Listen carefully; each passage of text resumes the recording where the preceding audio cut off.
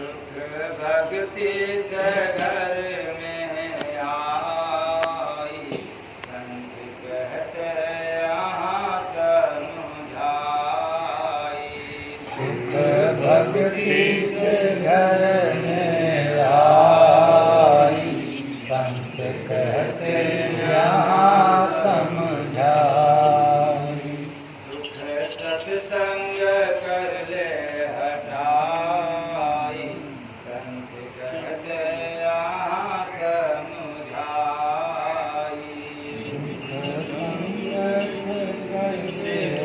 हटाई, संत कहते यहाँ समझाई।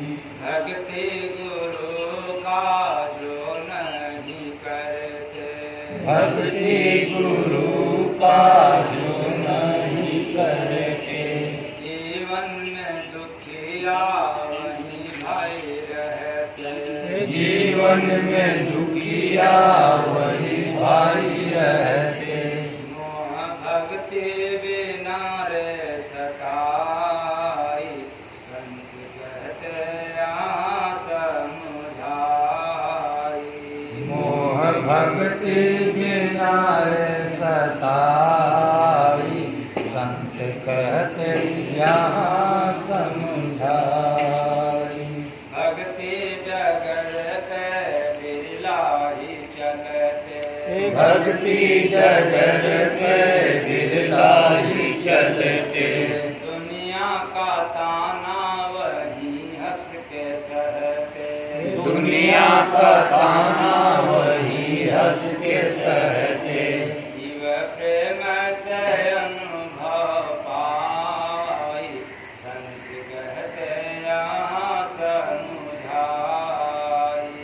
जीव प्रेम से अनुभव पाई, संत कहते यहाँ समझाई। भक्ति बिना सब जीव को ठगते, भक्ति बिना सब जीव को ठगते।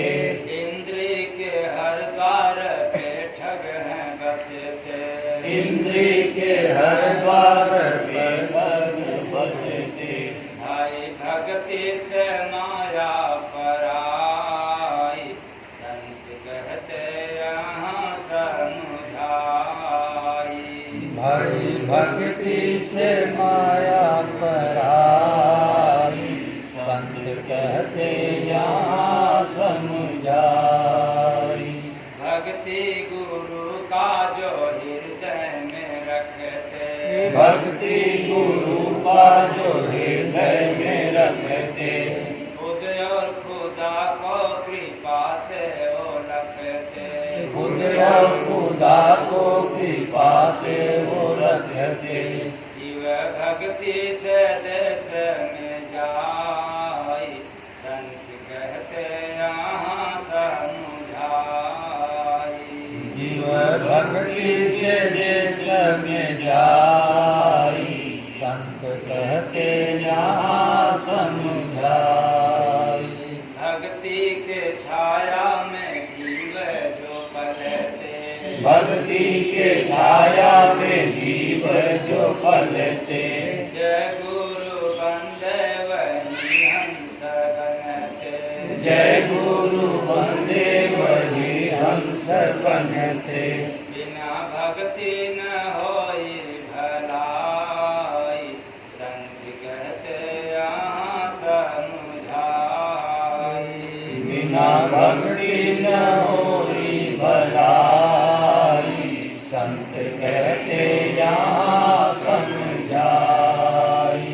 सुख भक्ति से घर में आई, संत कहते यहाँ समुझाई। सुख भक्ति से घर में आई, संत कहते यहाँ समझाई। साहेब सबका, साहेब सबका। भक्ति से घर में आई, संत कहते यहाँ समझाई। दुख सत्संग कर ले हटाई, संत कहते यहाँ समझाई। सभी संत महापुरुषों ने इस धरा पे समस्त मानव प्राणियों को समझाया कि देखो, सुख किसी वस्तु से क्षणिक मिल सकता है, लेकिन अस्थायी सुख नहीं मिल सकता।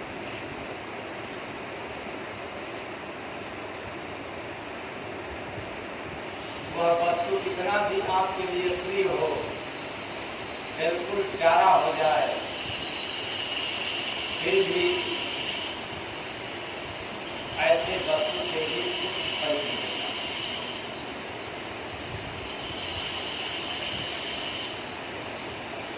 लेकिन संसार की वस्तु में यदि लगाव लग गया, आपकी लगन लग गई, आपकी चाहत बढ़ गई,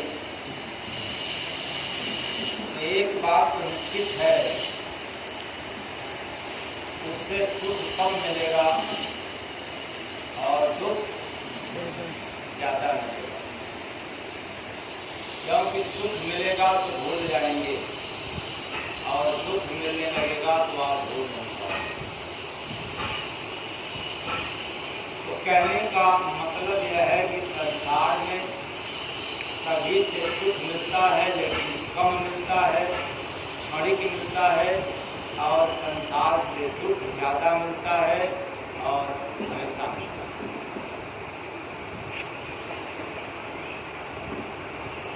संसार से क्या लेना चाह रहे हैं आप लोग? दुख या सुख?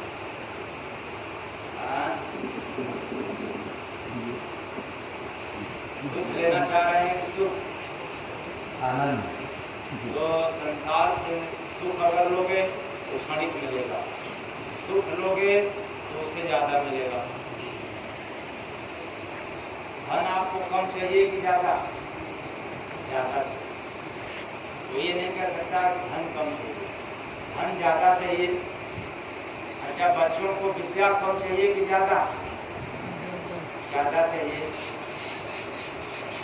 भोजन कम चाहिए कि ज्यादा?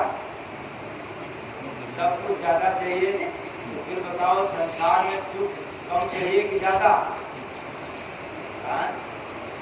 ज्यादा। फंस गया।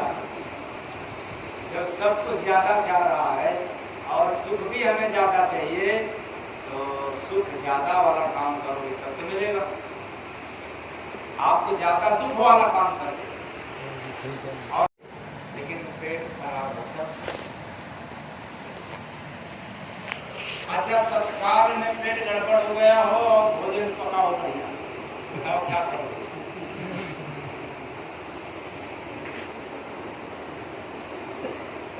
यही गति है हम लोगों की। जीवन हम लोगों का गड़बड़ है, दिल गड़बड़ है। चाहते तो हैं सुख पाने के लिए, लेकिन गड़बड़ के कारण नहीं पाते।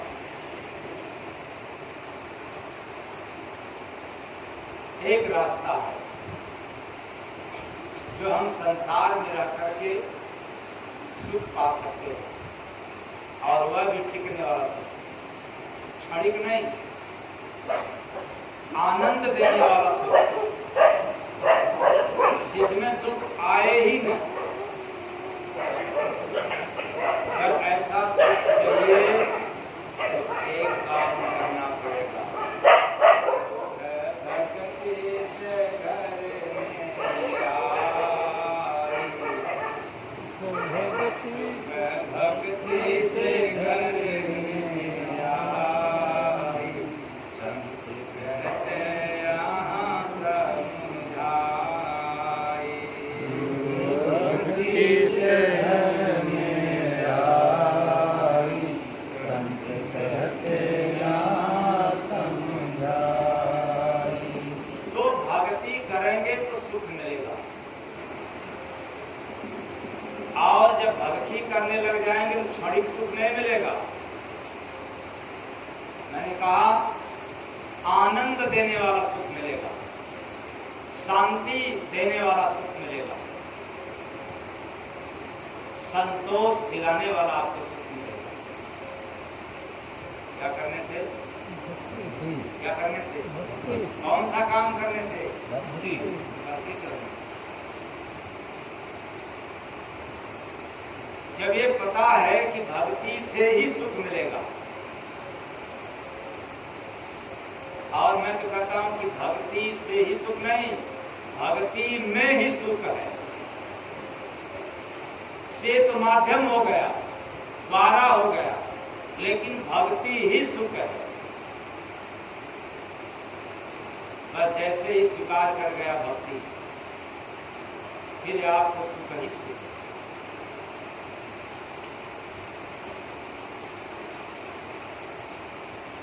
क्योंकि भक्ति सुख नहीं, सुखों का खजाना,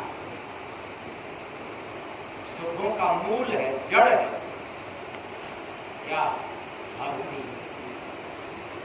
और मानस में गोस्वामी दास जी स्पष्ट शब्दों में बताया है कि भक्ति तात अनुपम सुख मूला। मूला, बड़ा ही अनुपम और सुखों का मूल खजाना। भक्ति तात अनुपम सुख मूला, लेकिन आगे की लाइन में सत्य रख दिया है तो भक्ति में सुख, लेकिन बड़ा कठिन एक संत रख दिया गोस्वामी दास जी। क्या? मिल ही जे संत होई अनुकूला। अब कोई संत मिले तब फिर भक्ति मिल जाएगी। बेशक संत के मिलने पर सुख न दे, कोई बात नहीं, पर भक्ति अवश्य मिल जाएगा। और भक्ति मिला तो सुख नहीं, सुखों का खजाना नहीं। इसके मिलन से भक्ति मिलती है, यही गड़बड़ होता है। न संत मिला, न भक्ति मिला, न जीवन खिला, बल्कि पूरा जीवन ही गिला, सब गिला।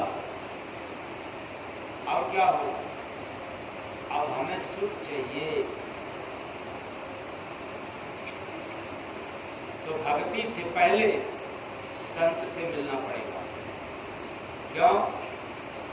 बिना संत के मिले न दुख देता है मनुआ शरीर में, सुख पाई बालगा के फकीर में।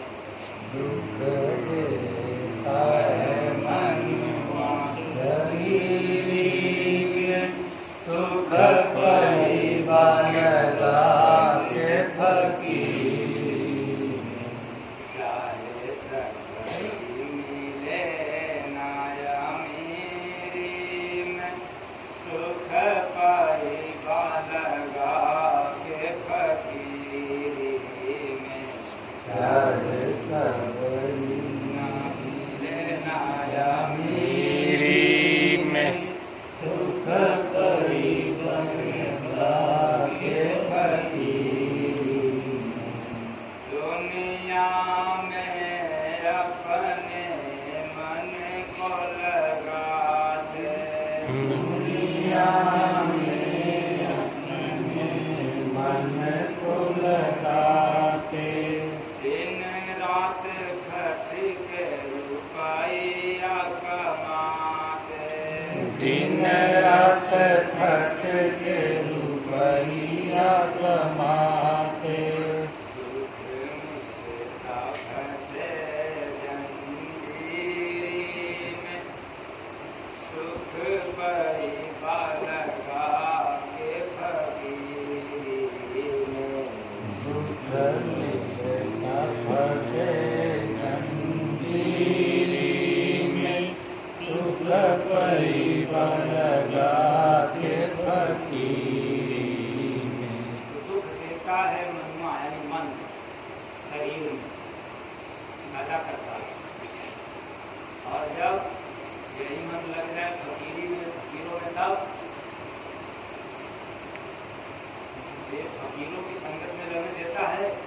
हर जगह जाने देता है, लेकिन संत महात्माओं के शरण में जाने नहीं देता। क्यों? वहाँ बड़ा बाउंडेशन है। जाएंगे तो भूख नहीं बोलना पड़ेगा, जाएंगे तो अंडा मांस नहीं चबाना पड़ेगा, सही है?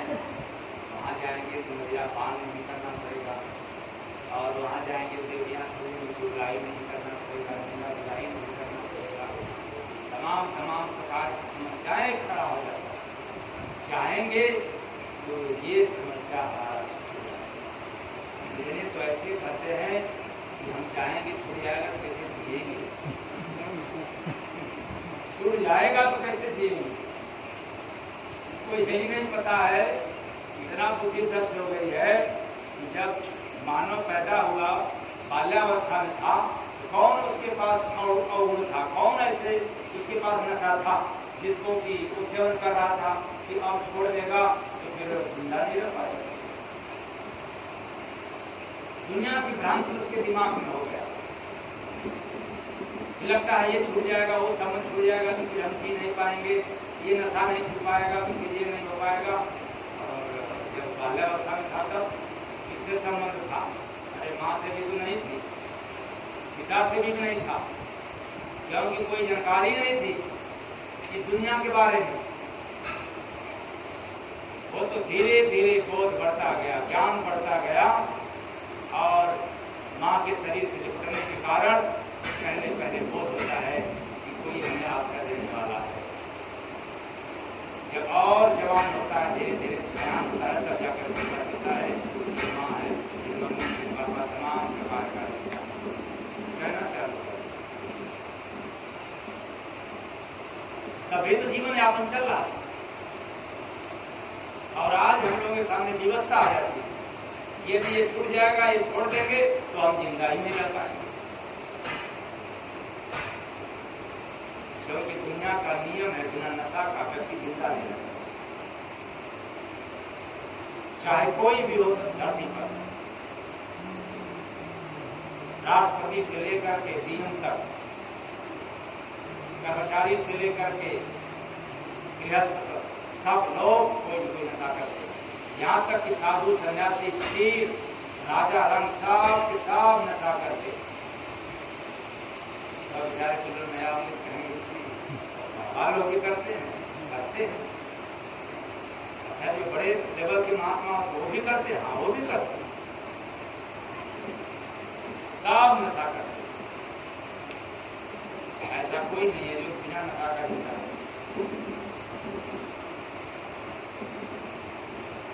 क्योंकि पूरी दुनिया में नशा ही नशा, बस सभी के नशा में अंतर है। वैसे जैसे इसी संसार में शराबी कोई बाटल का बाटल चपत कर दे रहा है, कोई बाटल में थोड़ा सा ले रहा है, ये तो रहा है बाटल का ही चीज, लेकिन कोई बिल्कुल गायब कर दे रहा है और कोई संभाल के दे रहा है। कोई छूटा भी नहीं, लेकिन शराब की जगह पे मजा रहा, कोई भांग लेता है, कोई सिगरेट, कोई गुटखा, कोई कुछ ले रहा, कोई न कोई सब कुछ लेता। तो देवियां कहेंगे कि हम लोग कहाँ नशा करते हैं, यही बात है। हम लोग तो कोई नशा नहीं करते हैं, ये केवल पुरुष समाज नशा कर करके घर को बर्बाद करते हैं, वही बात है। देवियां भी जबरदस्त नशा करती हैं, इनकी तो ऐसी नशा है कि बिना शुगलाई किए भोजन की बात छोड़ दो, पानी तक नहीं पड़ता।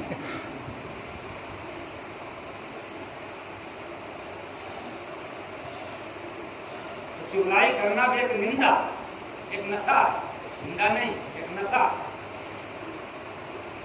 ये करेंगे जरूर। यही कारण है कि जहाँ एक से दो महिलाएं एक आपस में बैठ गई, एक तो हो गुरु महाराज की बड़ी दया है, ऐसी गुजार है कि इतनी महिलाएं बैठने के बाद भी वरना जहाँ एक से दो महिलाएं बैठी बस शुरू हो गया। सरसी के पापा तो सरसी की मम्मी तो विलास करो, बस शुरू।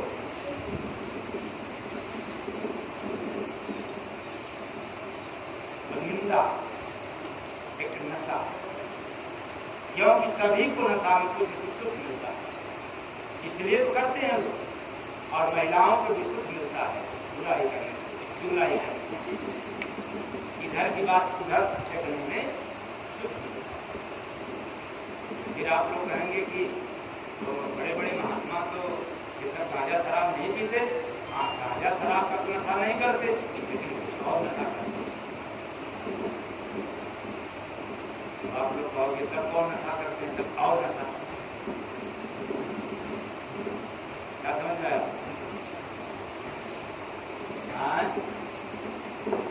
तब कौन नशा करते हैं?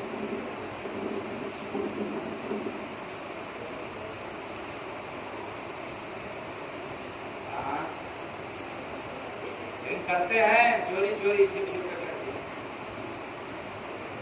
और नशा नाम की नशा। किसी ने बताया कि नाम की नशा। किसकी नशा? नाम की नशा। तो हमेशा गुरु नाम प्रभु नाम का स्मरण किया करते हैं, उसके बिना वो भी जिंदा नहीं रह सकते। वैसे जैसे दुनिया कहती है ये छूट जाएगा तो कैसे जिंदा रहेंगे। लेकिन आप जो नशा करते हैं, जिसमें भ्रमित हो, भूले हो, एक दिन छूट जाने ही वाला है। पर नाम नशा जिसको हो गया फिर कभी भूलने वाला नहीं है, कभी भी रिश्ता टूटने वाला नहीं है। इससे नाम ऐसी नशा सबको हो जाए तो फिर संसार की रिश्ता से, संसार की नशा में व्यक्ति उलझेगा नहीं, फंसेगा नहीं, मुक्त होगा। तो जो संसार की नशा है इसमें क्षणिक सुख मिलता है। जो प्रभु का नाम है इसमें आनंद मिलता है। तो ये मिलेगा कहाँ? जो प्रभु वाला नाम है वो कहाँ मिलेगा? गुरु के पास। लेकिन हम लोगों के पास थोड़ा दुख, थोड़ा सुख मिला, इसी में फंस गए।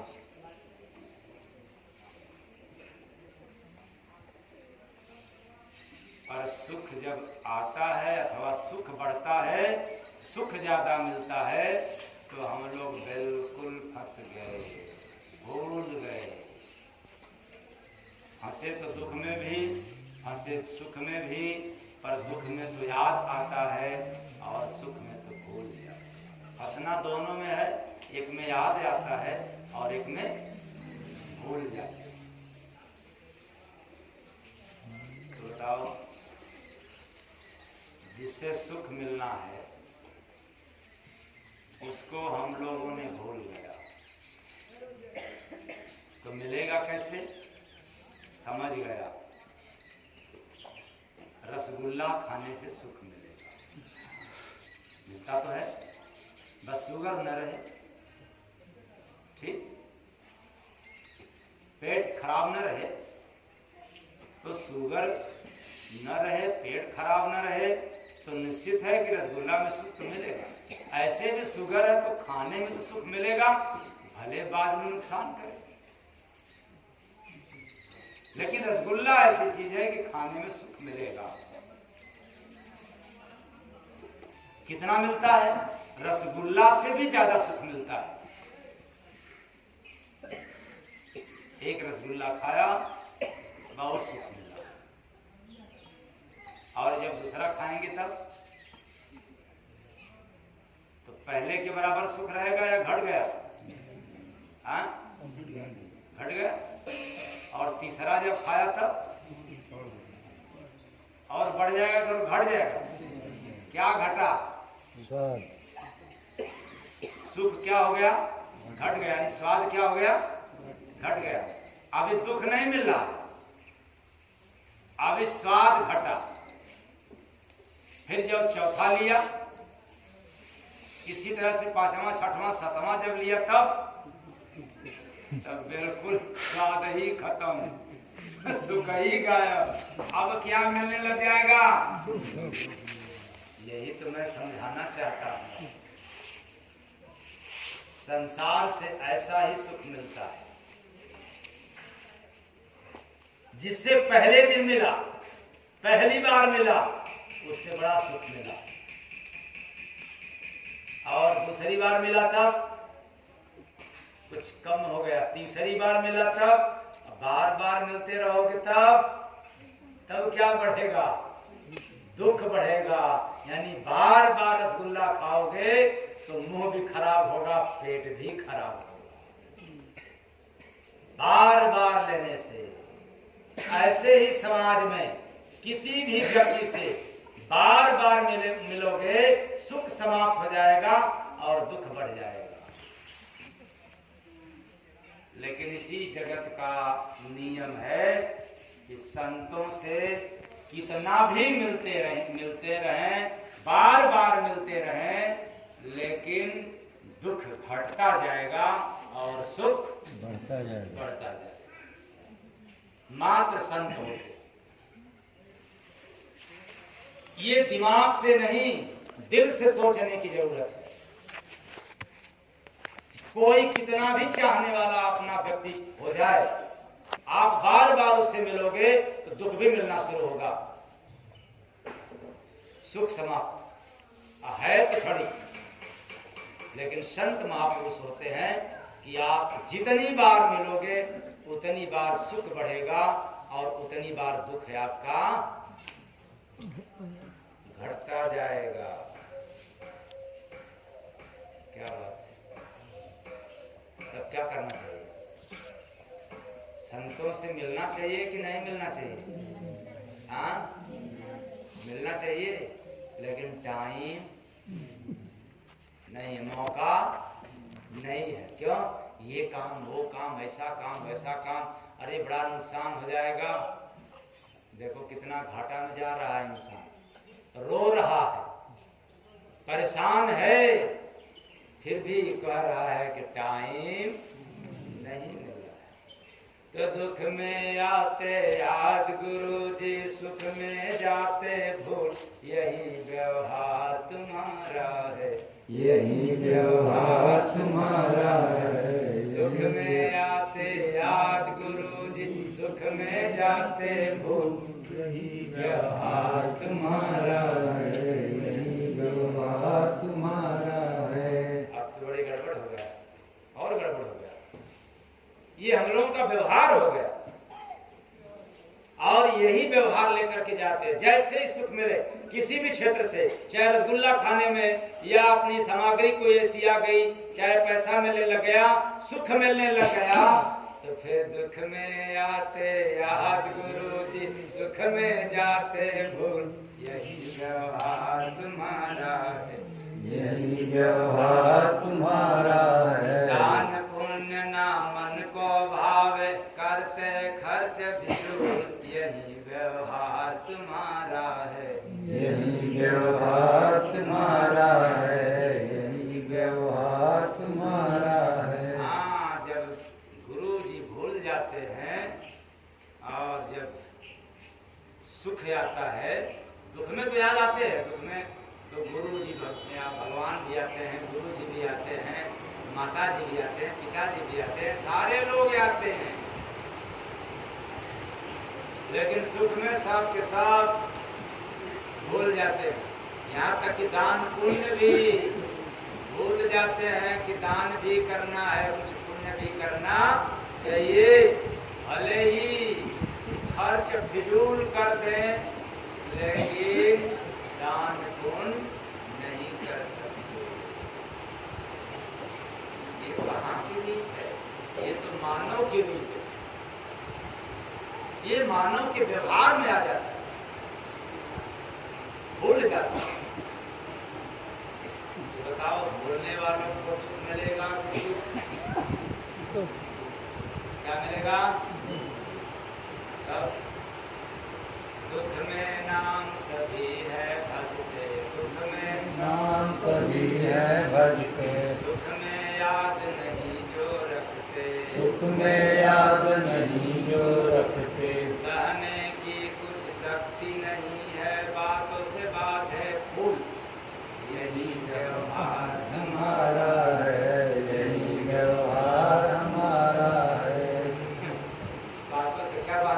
फूल हमारे गुरु महाराज हैं, हम गुरु के शरण में हैं, हम तमाम फूल बांटता है, मैं आप ही का हूँ, लेकिन केवल फूल है बांटता है, व्यवहार में आता नहीं है।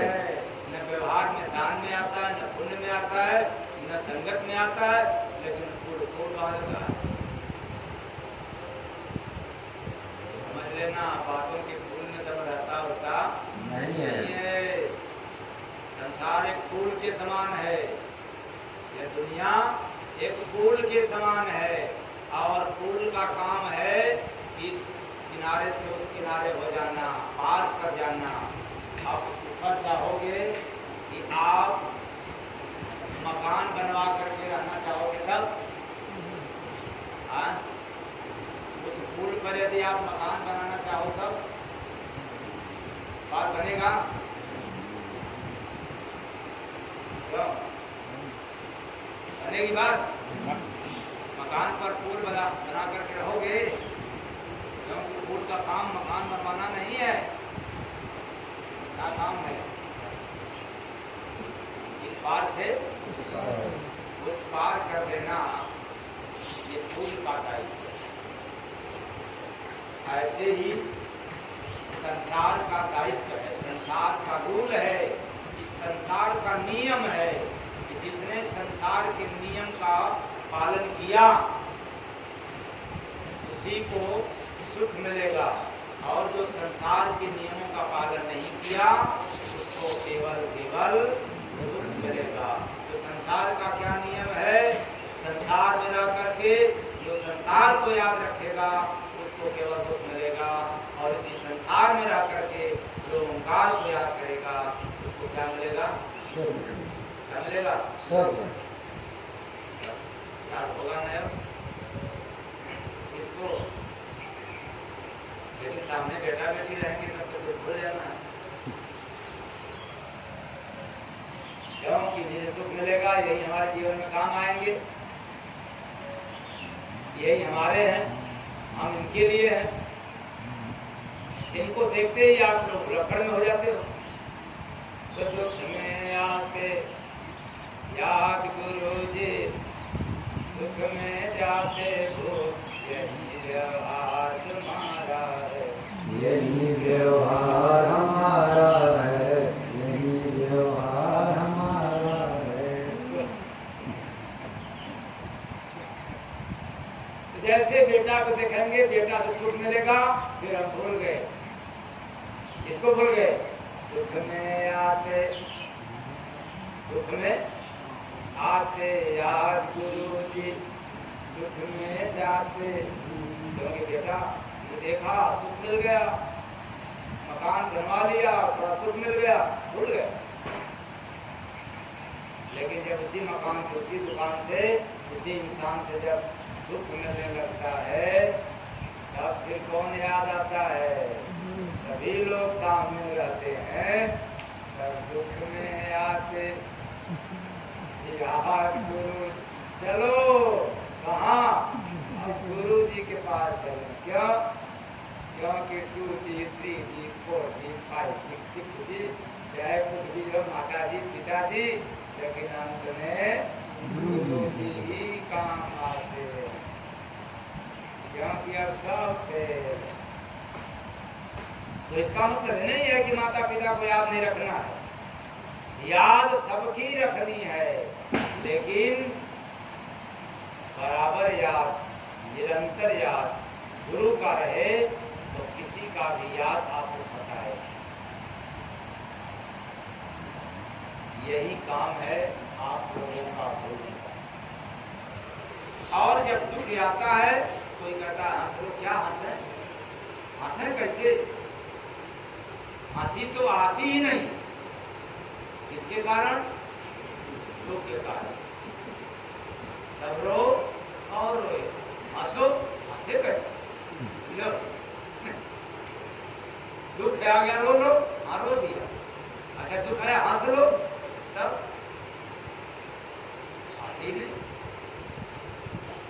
क्योंकि एक तरफ ले जाती, केवल रोना, केवल रोना। और मैं तो कहता हूं कि इंसान इंसान को थोड़ा मस्तिष्क रहना चाहिए। हर इंसान को कुछ कुछ थोड़ा थोड़ा मस्ती खोल रहना चाहिए।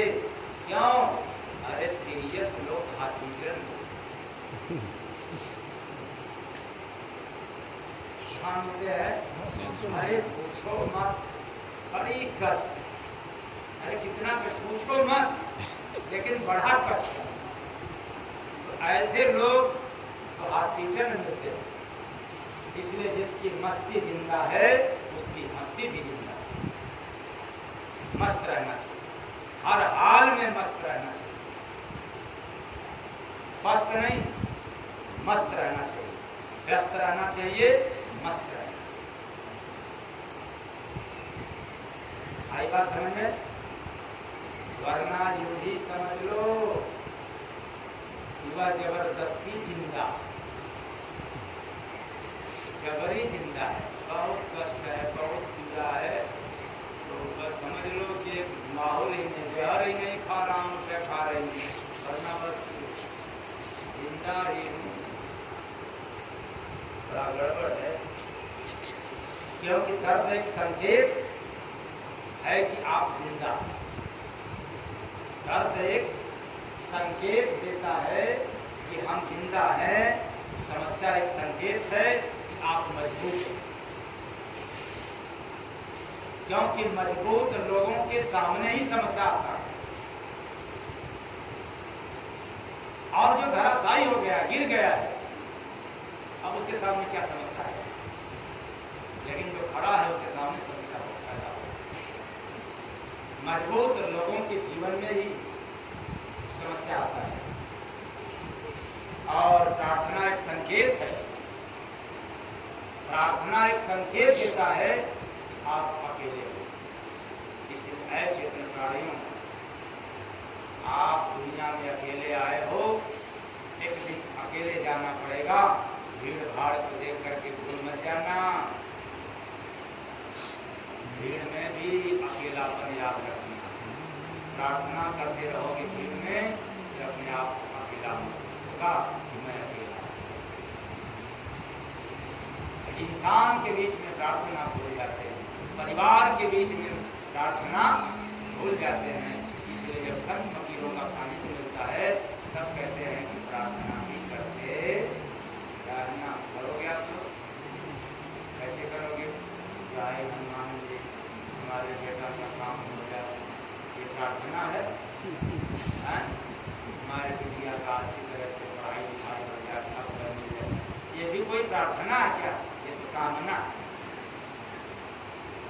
चला तो गया मंदिर पर, हाथ भी जोड़ लिया और भिखारी बन के मांग लिया, कर दिया। प्रार्थना है। प्रार्थना में तो मांगना ही नहीं पड़ता, प्रार्थना में देना पड़ता है। क्या करना पड़ता है? और सब कंजूस हो इसलिए देना नहीं चाहते, बस लेना, लेना लेना लेना। सब बिजनेस में फायदे के लिए जाते हैं, हाँ, चाहे यहाँ आए हो या कहीं और, केवल फायदे के लिए। और याद रखना, फायदा में ही तो कागजी बढ़ जाती है। सब काम सही, प्रार्थना नहीं हो सकती। ये पूजा हो सकता है लेकिन प्रार्थना नहीं हो सकती। प्रार्थना में तो देना पड़ता है, चढ़ाना पड़ता है, सब कुछ चढ़ाना पड़ता है। दुख भी आपका और सुख भी आपका, मैं भी आपका, नाव भी आपकी, पानी भी आपकी, और डूबेंगे भी तो आपकी। पूरी तरह से सरेंडर हो जाना पड़ता है, चढ़ा देना पड़ता है। और भला कैसे चढ़ाएं? ये सब कैसे चढ़ाएं? तो बस की बात नहीं है, क्योंकि ये ज्ञान के माध्यम से नहीं चढ़ाया जा सकता। ज्ञान में अकड़पन रहता है, अज्ञानता रहता है। अज्ञानी पुरुष कभी नहीं चढ़ा सकता, अज्ञानी कभी दानी हो ही नहीं सकता। ये बार बार जब संतों का सानिध्य मिलता है, जब उनकी वचन सुनने को मिलता है, तब हमें साहस होता है कि हमें चढ़ाना है। वरना सब भिखारी है, मांगने को तैयार है। इसलिए अचेतन प्राणी जैसे ही संतों का मिलन होगा भक्ति प्रारंभ हो जाती है। संतों का मिलन से ही भक्ति शुरू हो जाती है। प्रथम भक्ति संतन कर संग्रह। गोस्वामी दास जी ने बताया नवधा भक्ति, तो पहली भक्ति शुरू हो जाती है। लेकिन भक्ति की गहराई में भी नहीं गया, जिसका प्रमाण है कबीर का कि जिन्हें ढूंढा कि पानियां गहरे पानी है। अभी भक्ति में डुबकी नहीं लगाया, भक्ति प्रारंभ हो गई। और उनके वचनों में जैसे जैसे डूबते जाएंगे और एक काम क्रोध मद लोभ निकलता जाएगा, वैसे वैसे आप अंदर जाओगे और हरिनाम रूपी रतन अनमोल देते आप, ये मोती आपको चुनने को मिलेगा, अर्थात आत्मा। तो बिना संत के मिलन से संभव नहीं। तो भक्ति प्रारंभ वहां से होती है, संत मिलन से, और उसी जगह से सुख भी मिलता है। तो समाज का सुख चाहिए तो समाज में रहना क्षणिक मिलेगा, और अधिक सुख चाहिए तो समाज से बाइकट करके, समाज से फुर्सत निकाल करके जाना पड़ेगा। कहाँ जाना पड़ेगा? तो सुख भक्ति से घर में आई, संत कहते आसन जाई। सुख भक्ति से घर में आई, संत कहते यहाँ